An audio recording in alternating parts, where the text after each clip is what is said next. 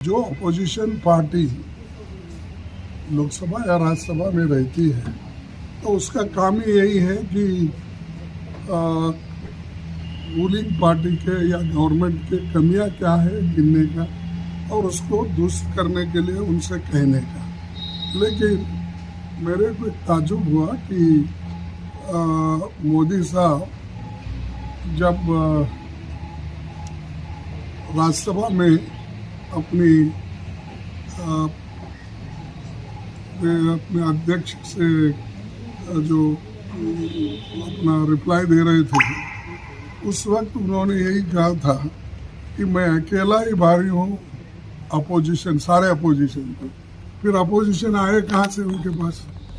सारे अपोजिशन को अकेले ही भारी है तो मैं एक ही काफ़ी हूँ बोले तो फिर क्यों 30 लोग पार्टियों को जमा रहे? और वो 30 पार्टी के नाम तो बताओ आप। वो 30 पार्टी के लोग इलेक्शन कमेटी में या इलेक्शन ऑफिस में रजिस्टर करे सो है क्या यूं ही बुला रहे सबको?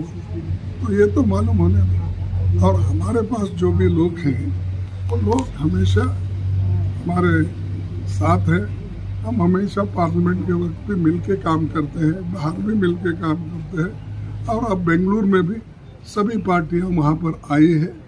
हम जो कर रहे हैं वो देख के वो घबरा गए और घबरा कर वो जो पार्टियां में एक टुकड़ा हुआ था, 2 टुकड़े हुए थे, 3 टुकड़े सबको जमा रहे और उनको जमा के वो अपनी संख्या उसमें भारी संख्या दिखाने की कोशिश कर रहे हैं। तो वो कोई काफ़ी महत्व का नहीं, किसी एक व्यक्ति का प्रश्न नहीं है और कोई व्यक्ति महत्व नहीं होता देश के सामने। देश के डेमोक्रेसी को और देश के संविधान को अगर ठोस पहुंचती है तो हमारा कर्तव्य होता है कि हम एकजुट होकर जो लोग इस संविधान को बचाने वाले हैं और डेमोक्रेसी को बचाने के लिए एक होते हैं तो हम इसमें मिल के काम करेंगे।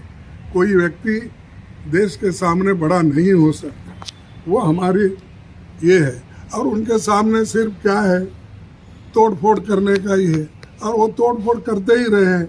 और जब उनको मौका मिलता है जो चुन के आते हैं उनको तोड़ते हैं और ये भी कहते हैं कि हमारी बड़ी पार्टी हो गई है, ये हो। भाई आपका अगर ठीक है पार्टी फिर तोड़ते क्यों हो?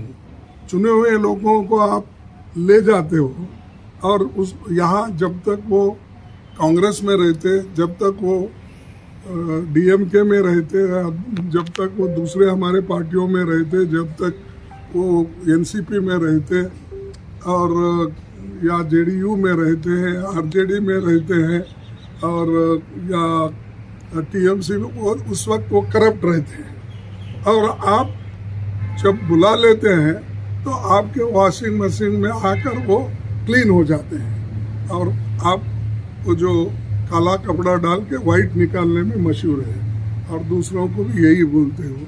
तो ये ठीक नहीं है, ये उनकी आदत है पहले से भी डराने का, धमकाने का, हरासमेंट करने का, प्रेशर डालने का, वो कर रहे हैं तो उसको हम डरने वाले नहीं। मोदी साहब ने तो ये बोला था पार्लियामेंट में, सभी अपोजिशन को मैं अकेला ही भारी पड़ता हूँ। जब अकेला ही भारी पड़ता है फिर छोटे मोटे सबको लेके 30 क्यों गिन रहे? और 30 कौन से पार्टी है तो बताए तो हम भी इलेक्शन कमीशन से लिस्ट मंगवाएंगे और बोलेंगे। अब हमारे पास जो 24-26 लोग जो भी आते हैं वो हम पार्लियामेंट में भी रहते हैं, बाहर भी रहते हैं, मिलके भी रहते हैं। उनके 30 लोग कहाँ मिले थे मुझे तो मालूम नहीं। बाकी पवार साहब जा ही रहे हैं मीटिंग में, ऑफिशियल हो गया।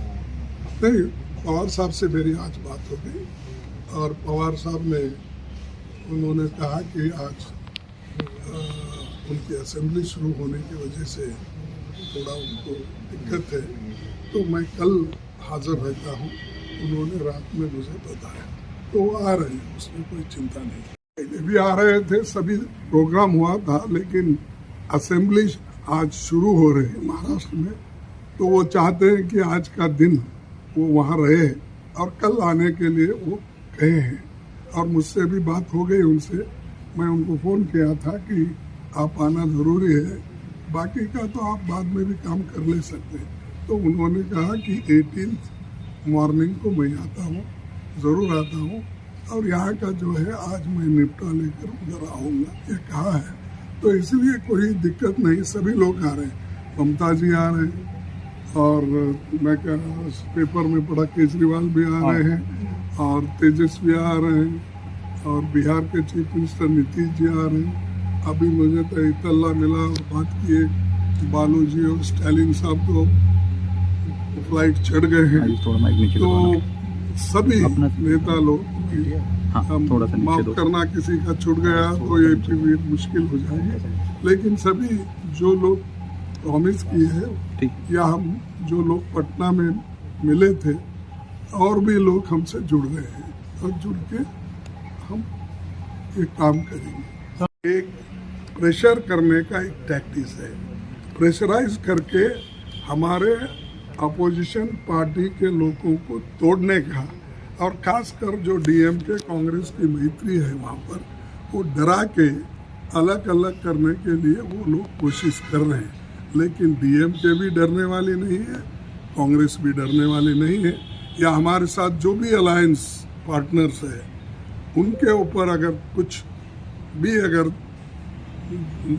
जोर ज़बरदस्ती हो गई तो उसके खिलाफ हम लड़ते रहेंगे।